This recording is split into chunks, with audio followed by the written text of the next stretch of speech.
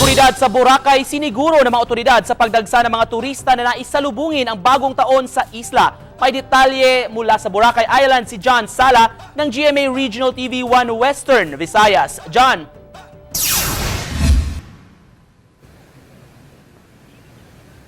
Nico, ilang oras na nga lang ay 2023 na pero patuloy pa rin ang pagdagsa ng mga turista dito sa isla ng Boracay para dito salubungin ang New Year.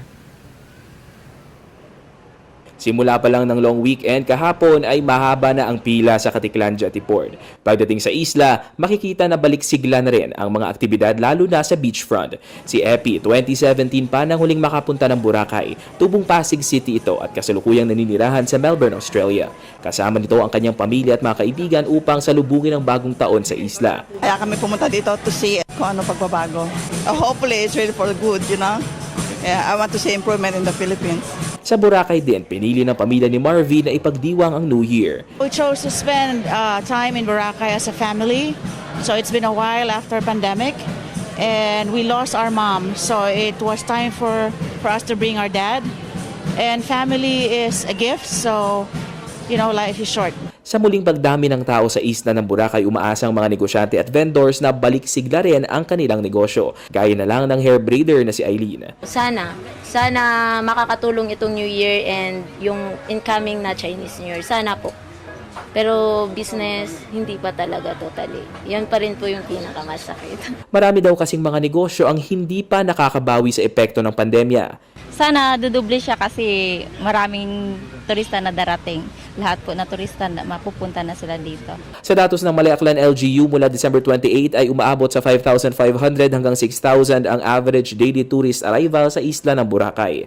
Isa sa mga binabantayan ang pagbabalik ng New Year's countdown at fireworks display.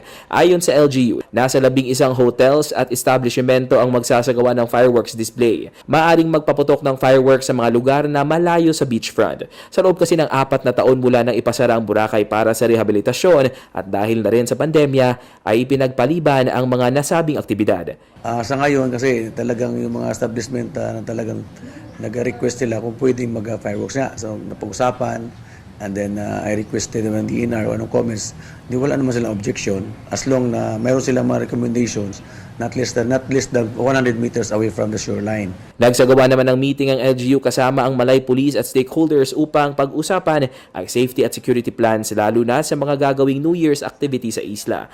May mga nakadeploy na rin ng mga pulis sa beachfront at iba pang lugar na dinadagsa ng mga tao.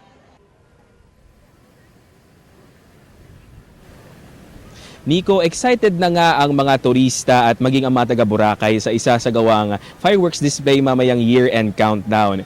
Sisiguraduhin naman daw ng Malay Aklan PNP na ligtas ang nasabing aktibidad. Nico? Maraming salamat at Happy New Year sa iyo, John Sala.